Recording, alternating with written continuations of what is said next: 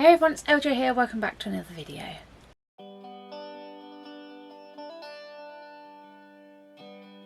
Hey, so I just thought I'd pop on and do a bit of an update because there are more shenanigans in the world of medication and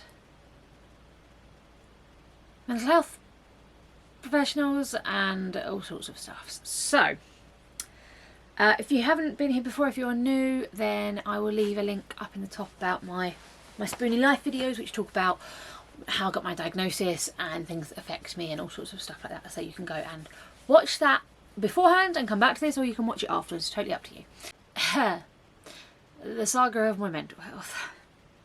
If you enjoy these videos, please give it a thumbs up, comment and subscribe. It really does help me out. So my mental health struggles. Quick backstory. Shocking childhood. I won't go into it in this video, but I will be sharing more about it very soon. Ended up moving out and supporting myself from a very, very young age, blah, blah, blah.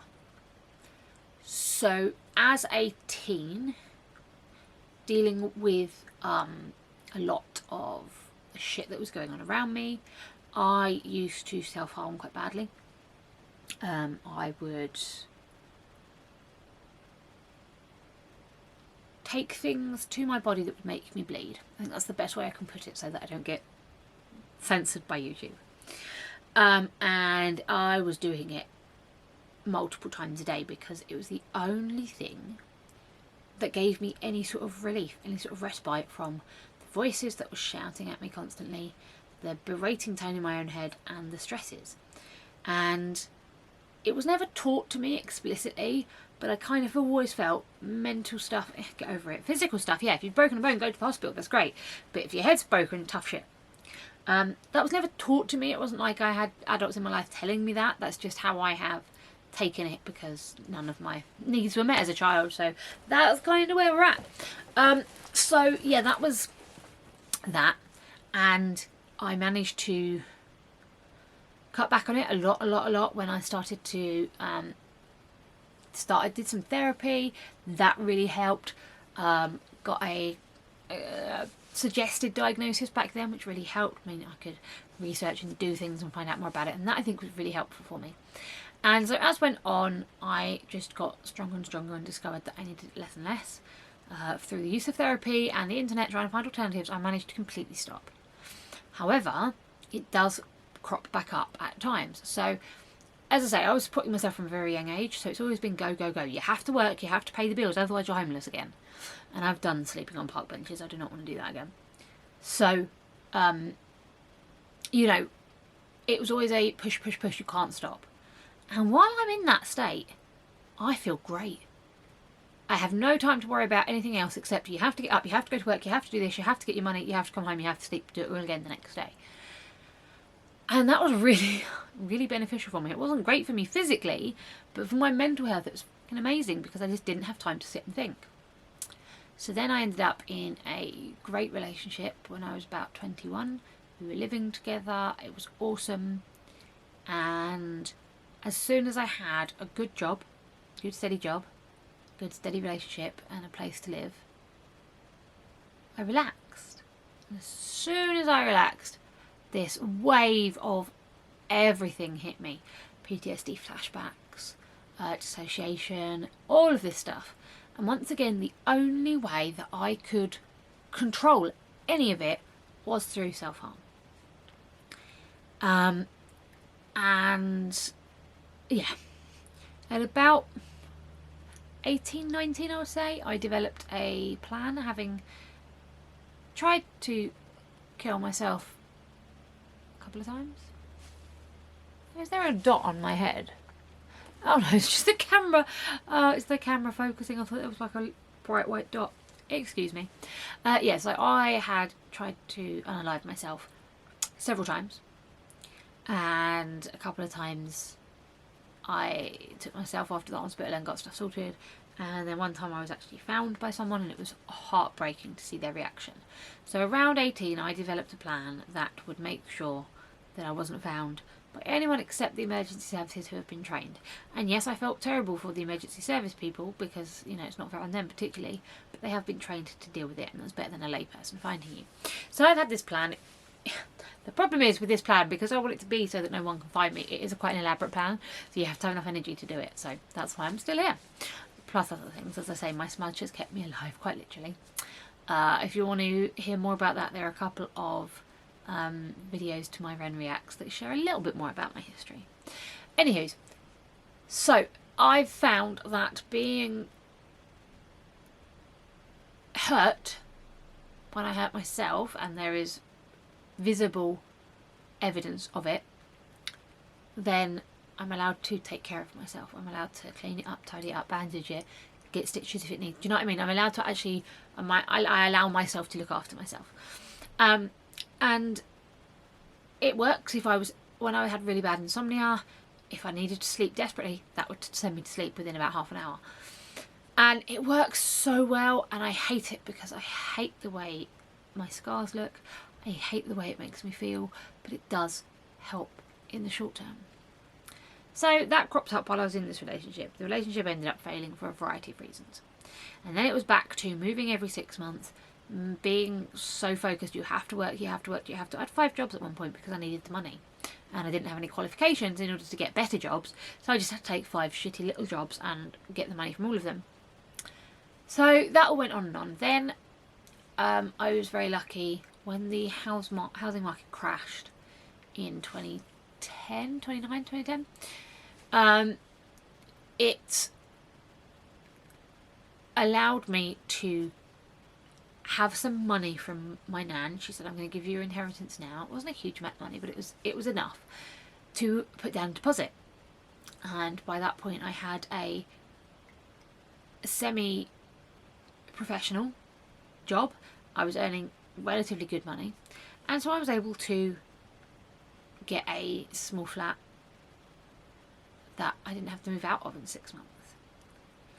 And the first 6 months it was just me getting used to it all. And then as soon as I sort of twigged, holy crap, I don't have to pack everything and move, I relaxed. Guess what happened? All of it came flooding back. The thoughts, the memories, the flashbacks, the anxiety, the stress, the depression, the insomnia, all of it came back, as did the self-harm. So yeah, I ended up in therapy yet again and sorted out a few more things and eventually managed to wean myself off of it. So that was all going great, and then I got into another relationship which was good. Things were doing okay. We ended up buying this house because I had the house to sell, so we had quite a good amount of sort of like what's the word? Capital? Is it capital? I don't know. But because I had the house to sell, we were able to buy a place with both our mortgages. Get a mortgage with both our salaries combined. Then I got sick. And the moment I became physically unwell to the point where I was completely reliant on another person, my head just burst straight open. Because it's always been, I know where these thoughts come from. It's the thing that gave birth to me has implanted these thoughts in my brain, and now they play on a constant loop at a volume so loud you can't ignore it. And it's things like you're a waste of oxygen, you're a failure, you're useless, all of that kind of stuff. I would never ever say it about another person, but yet my head says it to me on a daily basis. And I'm aware that it's her voice and her sayings, but it's still me inflicting this on myself. But anyway, so that happened, which was really stressful, but fine. And then I got the diagnosis, made me feel a bit better, great. I started to do a little bit more. COVID happened, I was trapped in my house for months and months. The anxiety skyrocketed, but I was doing okay. And then I realised that I would have to cut my hours down at work, so again I felt like more of a failure. And then I had to cut my hours down again when I developed long COVID, so now I only do 1 day a week. And I feel like an abject failure because I used to do 5 days a week and work weekends in a different job. You know, I would never say anyone else who is struggling physically is a failure for only working 1 day. I'd be like, oh my god, you're still able to work, you're doing the effort, you are amazing, carry on, this is brilliant. For me personally, no, you're a failure. It drives me nuts. It really does drive me nuts. Anyhow, so that happened. And then in January last year, I lost my nan. And when my dad died when I was 12, my nan was my family.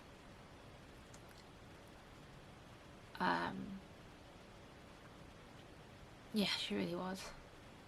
She was fucking amazing as well.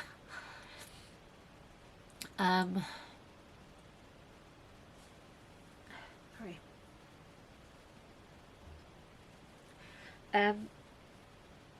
Yeah, when she passed away last year, it kind of completely threw me for a loop, because she's my family. Like, I have a couple of people on my dad's side that I am close to, but it's not the same sort of relationship as I had with Nanny.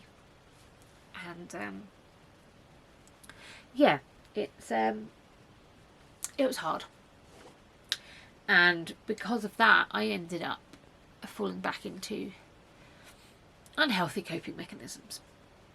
And then there was a lot of other stuff going on behind the scenes over the last 6 months, 6-8 months, that I can't really talk about yet, that has sort of blown everything into overdrive. And so it ended up back that I was doing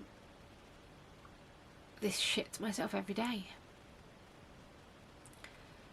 And I referred myself in 2020 at the start of lockdown, when I was really struggling with anxiety, for therapy through the NHS. So I had my initial consultation with them December 2020.